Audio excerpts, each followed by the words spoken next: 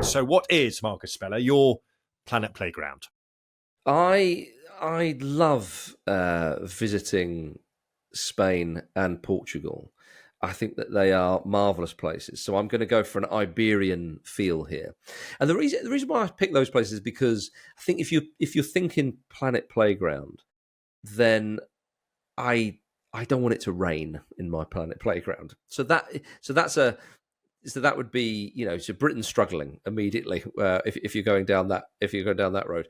So I think I think the idea of being abroad as well, going to sporting events or doing exciting things is great. Spain is a country I've been to a number of times. Been to a number of cities in Spain. I love the culture there. I love that Spain, especially if you just go to northern Spain, it's just 2 hours on a flight from England, and it's very different to England. There are distinct differences between England and Spain, and you don't have to go that far. So, because clearly, if you go to Germany, even parts of France, although France is a little bit more different, Germany in particular, there's quite similarities. Spain, it feels sometimes like you're in another world.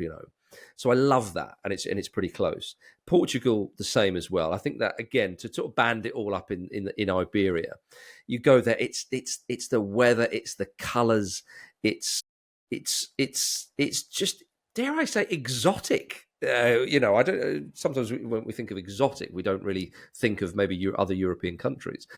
But I love the architecture in Spain, sort of the Baroque look and the colours.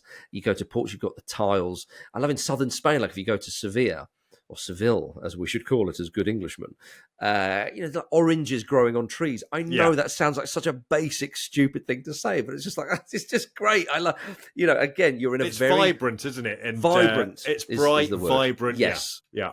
Exactly, and it's not that far from home as well. I would stay away from Torremolinos or the like. You'll get a nasty flavour of home if you're an Englishman.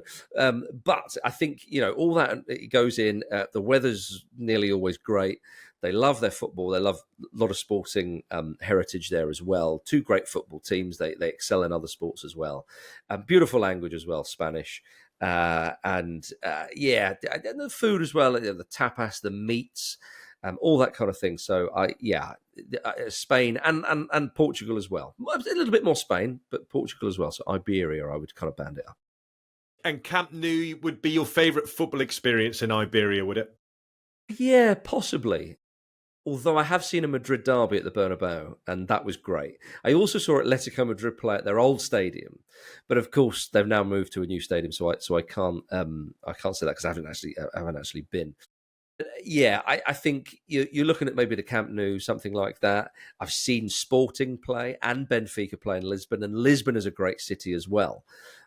A lot going for it there. So again, they've got these huge stadiums. You've got these massive teams with great history that was maybe from a bygone era. Benfica have not won a European trophy since, the 60s, I think, but an enormous football club with great tradition as well. So you've got all these, again, you've got the history, the tradition, but also with regard to Spain, in particular, Madrid and Barcelona, the here and now.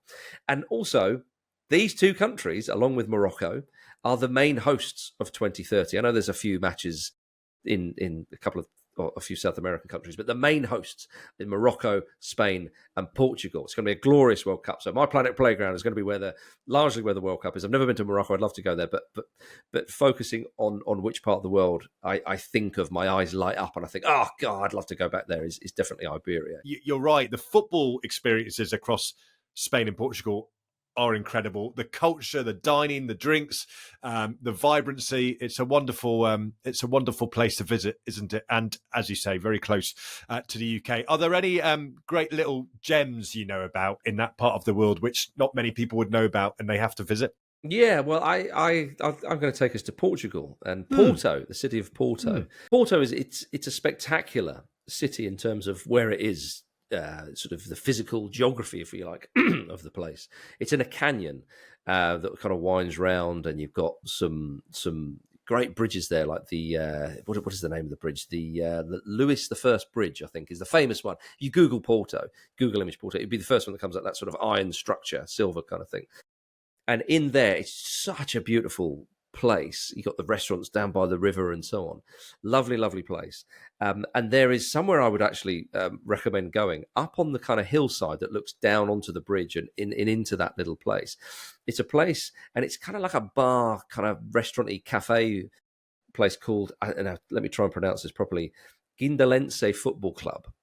Guin Dalense Football Club, and you can go up there, and it's perfectly situated on the side of the hill. Beautiful views. They've got kind of like a bar menu with, you get your meats and some chips. You have a beer there and whatever. Lovely atmosphere, and I'm pretty sure it is a football club. I don't know if they've. I don't think it's not a professional side or anything. So it's like, would it be like almost like the clubhouse to that amateur football club? Well, I'm not. To be quite frank, I'm honestly not sure, because I popped along there. My wife and I were like, "This is amazing, this," and we didn't really kind of get to the bottom of it.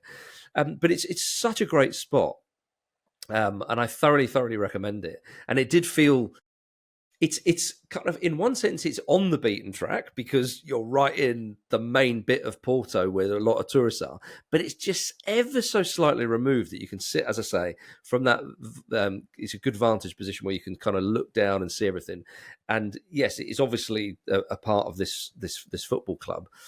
So you can watch a bit of football there. There's plenty of footballing memorabilia on the walls and so on. And so when the World Cup comes along, if you find yourself in Porto, get yourself up there. Absolutely. That is a perfect Planet Playground. You can find out much more about Marcus Speller's Planet Playground, Iberia, at myplanetplayground.com. And you can watch much more videos as we explore our world through sport and adventure right here. Thanks for watching.